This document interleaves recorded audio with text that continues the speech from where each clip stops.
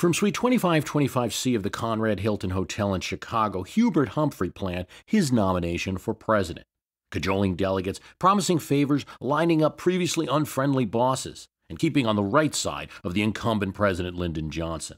Demanding work, and enough, according to aides and reporters present in the candidate's suite, to keep him oblivious to the riot that was going on below. Yet for anyone seeking to pretend that 1968 was just a normal Democratic Party convention, there was one clue something was wrong. Even in the top floors, the ventilation system at the Hilton began drawing in tear gas.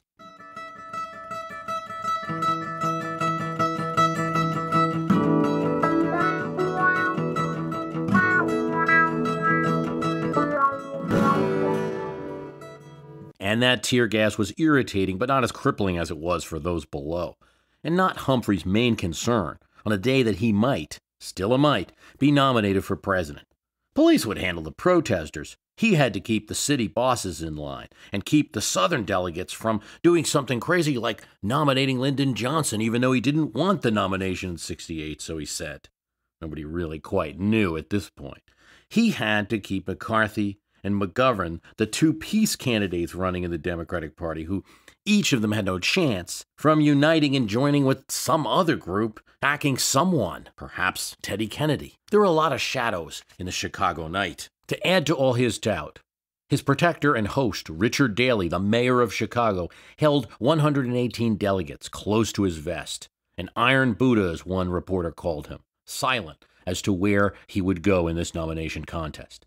Tension, the normal tension of a party convention in an era before they were just TV coronations. It all grew hotter when he tried to put the party together with a compromise plank on Vietnam, and it was rejected by the incumbent President Lyndon Johnson. No, only a hawkish plank that would make no one happy would do. Given all this and the culmination of a career as mayor of Minneapolis, a significant liberal senator, crusader for civil rights, a narrow loser to John Kennedy in the primaries, and now a sidekick to LBJ. A little whiff of something foul, and some excited talk by suite visitors about what was going on in the streets didn't weigh heavy in Vice President Humphrey's mind. And let's stop right there. I can relate all the political machinations of 1968 that someone like me may consider important. This is politics and history, of course, but we know that that's not what anyone remembers about 1968. For that, we need to drop 24 floors below.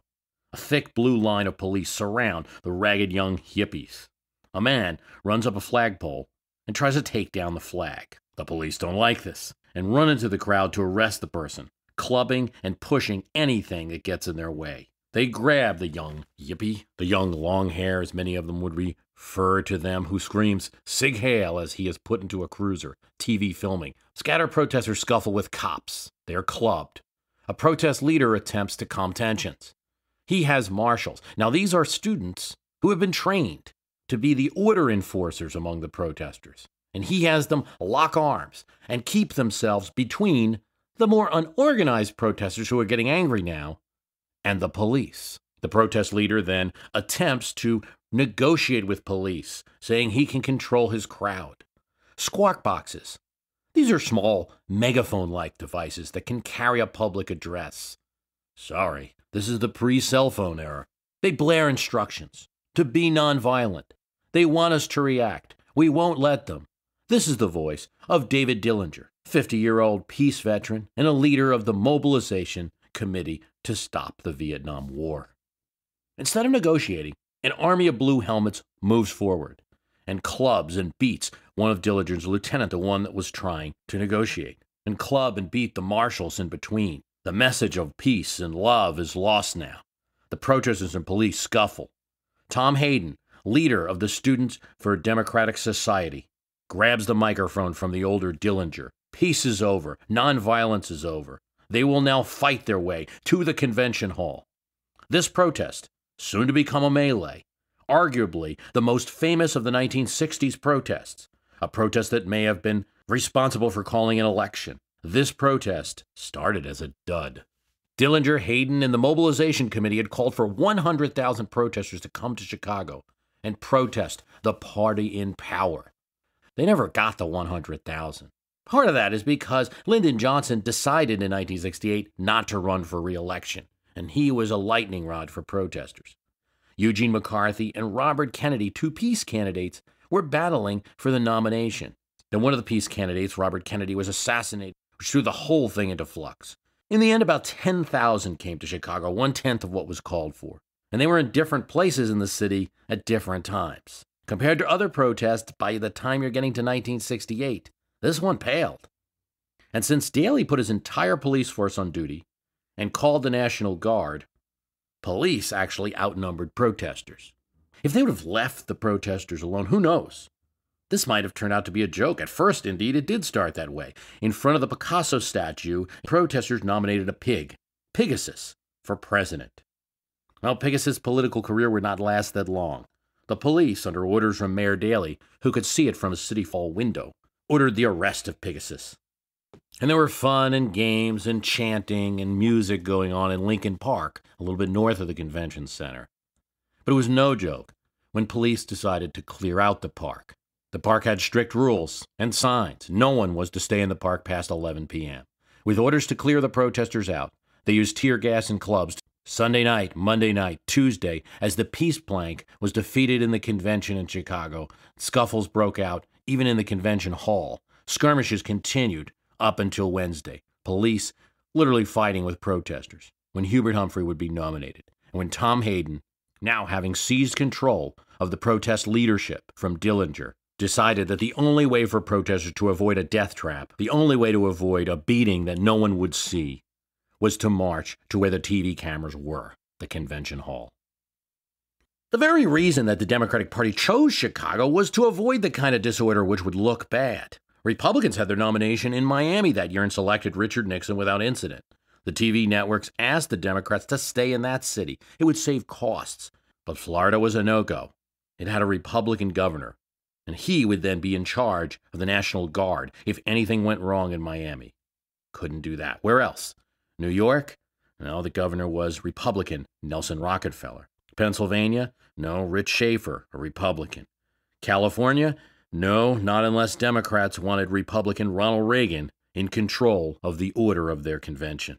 Illinois and Chicago was the only place where police, city and state, and the National Guard were under the friendly control of Mayor Richard Daley. And in fact, in the sterile convention hall and the isolated Hilton suite, it seemed like maybe things wouldn't go so bad. The pesky reporters were focusing on a few squabbles in the convention hall, but otherwise, Humphrey liked his chances. He had to get through this convention. If he could get out from under President Johnson after the convention, he'd be able to wiggle a little. Maybe attract some of the people who didn't like him now. He knew he could beat Richard Nixon. Kennedy had beaten him in 1960. Nixon tried to run for California governor after being vice president and lost. Senator Humphrey was a longtime liberal, the type of politician that normally would appeal to the people protesting in the streets. Despite his link to LBJ, who the protesters cursed, Humphrey was the leader of the first civil rights plank in 1948, that Democratic convention. 20 years later, now he was the nominee. It was a nice storyline for the party, especially as it was known Nixon had a plan to reach out to the South, and Alabama Governor George Wallace was probably going to run a third-party campaign. Just to reinforce this image, Humphrey brought up Jackie Robinson for a photo op. This was 1968. It was the new Democratic Party. But try as they might, politicians can't always create the storyline. As the afternoon came to an end and the convention recessed, about 2,000 to 3,000 protesters, egged on by Hayden's squawk boxes, marched down Michigan Avenue to get to the Hilton of the TV cameras. Stop the war, they screamed, and as they met police resistance, let us march. Views are mixed on whether the mobilization leaders wanted to draw the police into a fight in order to get attention. Dillinger insisted he was for nonviolence all the way at all times. Hayden was more fatalistic about it. It was unavoidable when the mobilization committee asked for permits from the city of Chicago and they were denied it. Everything we did, he said, was automatically illegal. Both sides felt strongly about their positions, the police and the protesters. You know, remember, this wasn't a mobilization committee to show some disfavor about the Vietnam War. It was a mobilization committee to stop the war. Stop it now. Protesters didn't just sing songs and hold flowers. Well, there was some of that. They threw rocks, bricks, bottles, and police feared Molotov cocktails. The police, mostly from blue-collar neighborhoods, resented these college kids coming in, long hairs as they called them. Orders from above were clear: get them out of Chicago. If they don't stay overnight, that's good. We should not, as we sit in comfort and hopefully peace, underestimate the impact of a bottle thrown at a cop's head, nor the feelings of a 20-year-old flower child as she is cracked in the head by a burly Chicago sergeant for the first time in her life experiencing violence. This was a war, and it enraged people on both sides. The protesters, by the time you got to Wednesday, had no more patience. And that's why, as they approached the blue line in guarding the Hotel Hilton, the squawk boxes blared, "The whole world is watching. The whole world is watching." But the front of the protesters, as they met this wall of police, and maybe urged everyone not to move forward so fast. But the back, in turn, urged the front to move forward. Squawk boxes continued. The whole world is watching. The whole world is watching. In the beginning of this Michigan Avenue action, the protesters weren't charging the police. The protesters in front kneeled. Yet in the hotel above, sympathetic people, maybe McGovern or McCarthy delegates perhaps, were throwing anything they could get, hotel stationery, in some cases bottles, whatever they could get, down at the cops, and they were booing loudly. The cops charged, clubbed everyone, dragged protesters through the street, even locked up observers, and launched tear gas grenades. This was dubbed the Battle of Michigan Avenue, and reporters who were watching from the hotel suites couldn't believe their eyes. Theodore White, watching from above, could call it nothing else but a police riot. The whole world was watching. But not live. See, Mary Daly hadn't made it easy on the media. There was a telephone strike, suspiciously in a city where Daly and the unions were pretty tight, that shut down telephone except where Daly wanted it, at the show, in the convention center. Daly banned the customary waiving of speeding tickets from media who were delivering film. No, they would be stopped and ticketed like everyone else. And they couldn't get to their cars easily because they couldn't park near the hotel. So film had to be driven slowly or walked at normal speed. This didn't make the media entirely happy, and it may have influenced their decision on coverage. What was supposed to be on TV at about 8 o'clock was Carl Stokes, the African-American mayor of Cleveland, who would put Humphrey's name into nomination. Now, just think about this for a second. This is 1968. Now, 40 years later, America would nominate and elect a black president. But this is 1968. And this is a big radical moment. An African-American is going to nominate the Democratic Party nominee for president. Humphrey wanted this on TV. Well, just as this was going on, news directors at the national networks were confronted with a choice. Yes, they had Mayor Stokes nominating Humphrey, but at the same time, the story appeared to be outside the hall. The film that was filmed probably anywhere from an hour or half hour before was showing protesters being beaten by Chicago police. Even though, at this point Mayor Stokes was speaking, the streets were calmer. TV was showing clubbing and dragging, scuffling and chanting. By the time Humphrey got the nomination, at 11 p.m. Wednesday night, Theodore White was writing in his notebook, "The Democrats are finished." And Humphrey was telling people his nomination was as welcome as the Hong Kong flu. In a sense, Chicago was just symptomatic of what was going on in the late 60s. A politician could not have a speech and avoid protests. I've kind of forgotten about that these days. Colleges were occupied. So were parks. Humphrey was puzzled to ask why protesters didn't pick on Nixon. He was more hawkish. But these protests weren't that nuanced. The Democratic Party was the governing agent. We were in Vietnam, and these protests went after them without regard for Humphrey's liberal background. When he arrived in Chicago, first thing, a protest sign said, "We used to be with you." I talk about Chicago because recent events, occupation, protests, gaining media attention. Chicago is an example of a protest that didn't go as planned. It did have some good effects, protesters probably would like, but it also elected Richard Nixon, who would end the war but would take a long time doing it. They're sad people who've dropped out of corporate society but nurse a manic wit for mocking society. Thus they intrigued the media. So wrote Theodore White about the so-called hippies who filled Chicago streets in 1968. Today, similar descriptions are made of protesters who have since September 17th occupied Wall Street. Actually, they've occupied a park to the west of Wall Street Zuccotti Park a bonus park, which means it is owned privately. But due to a loophole in zoning laws, because they allowed the owners to build a building high in the sky, they had to build a park that would be open 24 hours. And the public is there, protesting income equality, bailouts, unemployment, foreclosures, and the like. They've attracted union support, celebrities, and raised hundreds of thousands of dollars to support their cause. With help from unions, the crowd had at least one rally that equaled the 68 Chicago march-in numbers. These mobs are a growing concern, Eric Cantor said. Class warfare, Romney said. Un-American, said Herman Cain. This is George Soros behind this, Limbaugh said. They need to clarify what they want, Bill Clinton said. They might speak for me, Ron Paul said, if they behave themselves and attack the Fed. Occupy Wall Street was a surprise, especially the media attention that they have received. But I think there are two reasons why we should have expected this. One logistical, the other political. One logistical. New York City is a fairly easy place to get a crowd started. There's millions of people, mass transit options. Its politics tend to be liberal, which matches the OWS's general politics.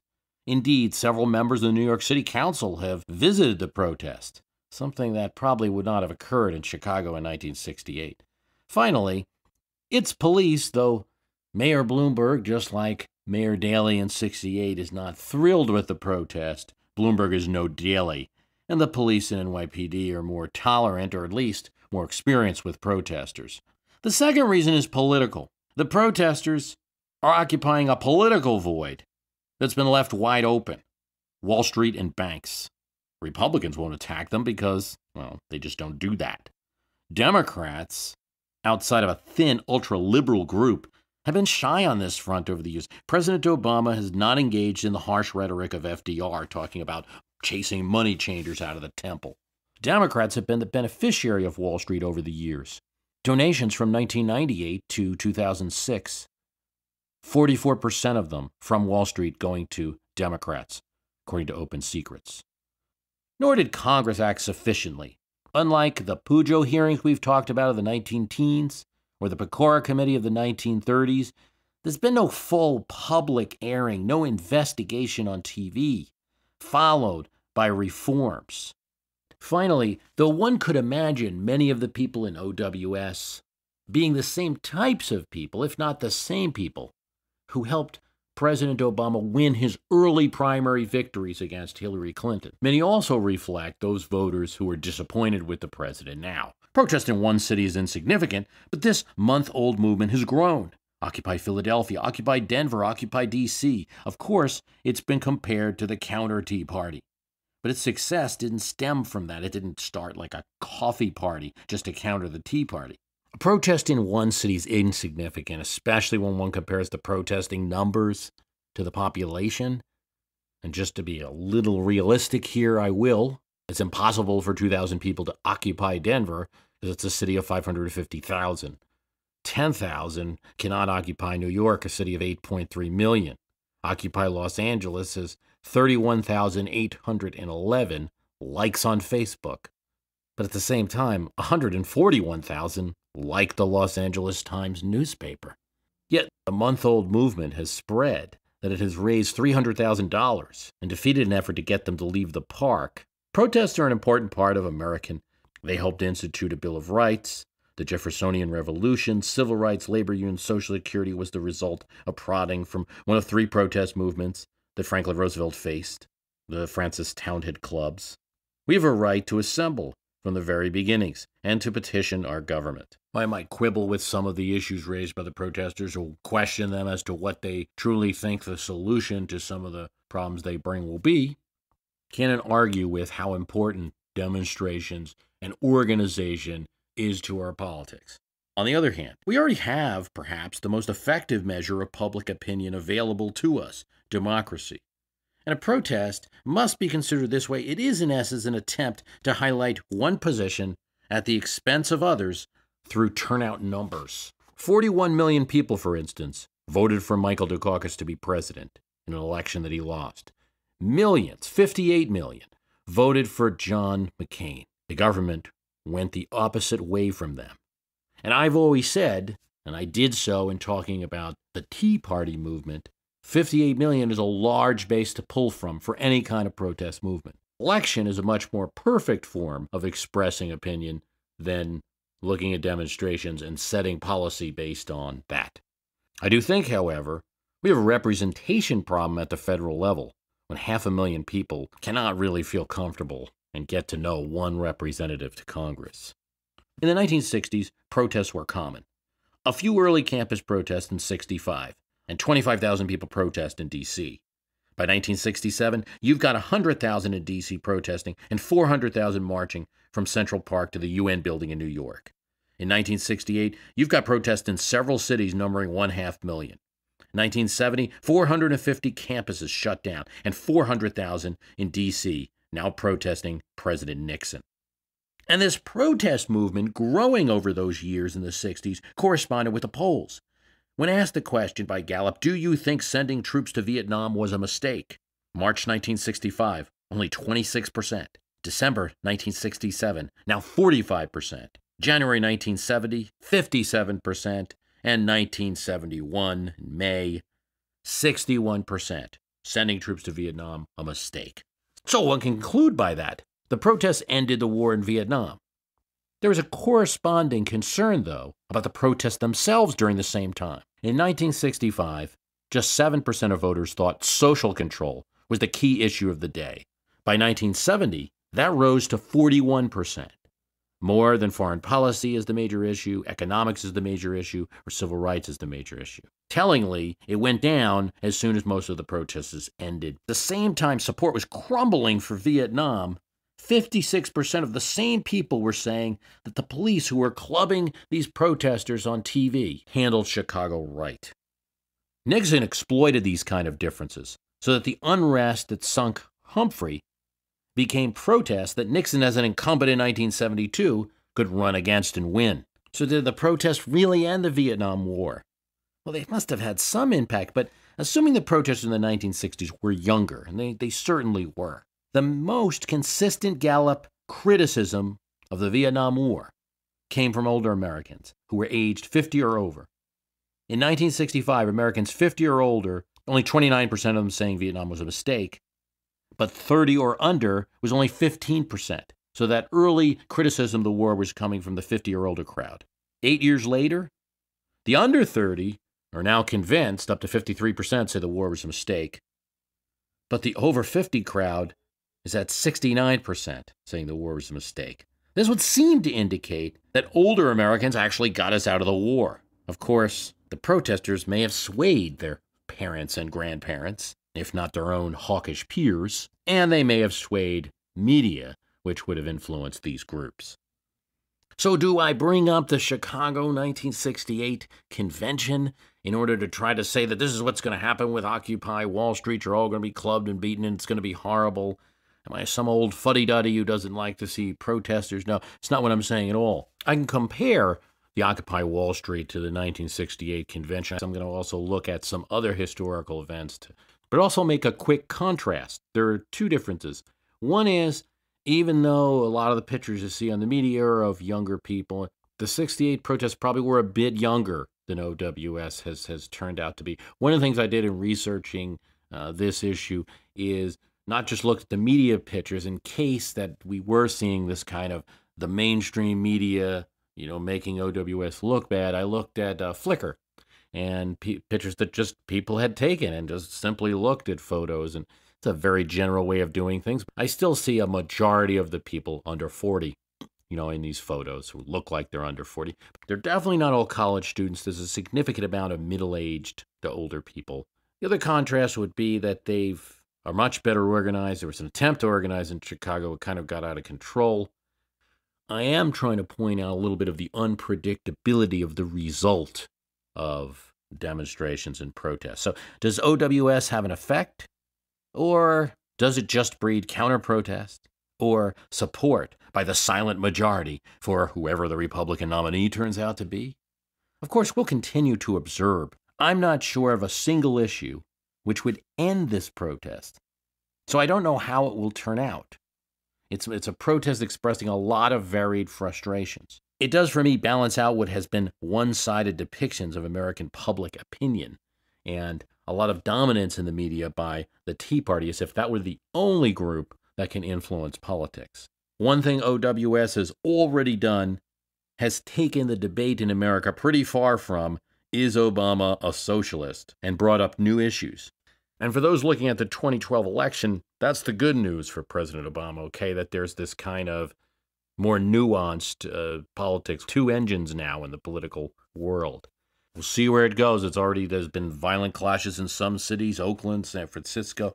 The bad news is this: if you look at the elections of 1968, and I'll throw in 1920, great unrest is not good for the incumbent president. I want to thank you for listening. The website's myhistorycanbeatupyourpolitics.com, the Facebook site there, archives available, $14.99. Go and grab it. And if you do like the program, please tell somebody about it. Thanks for listening.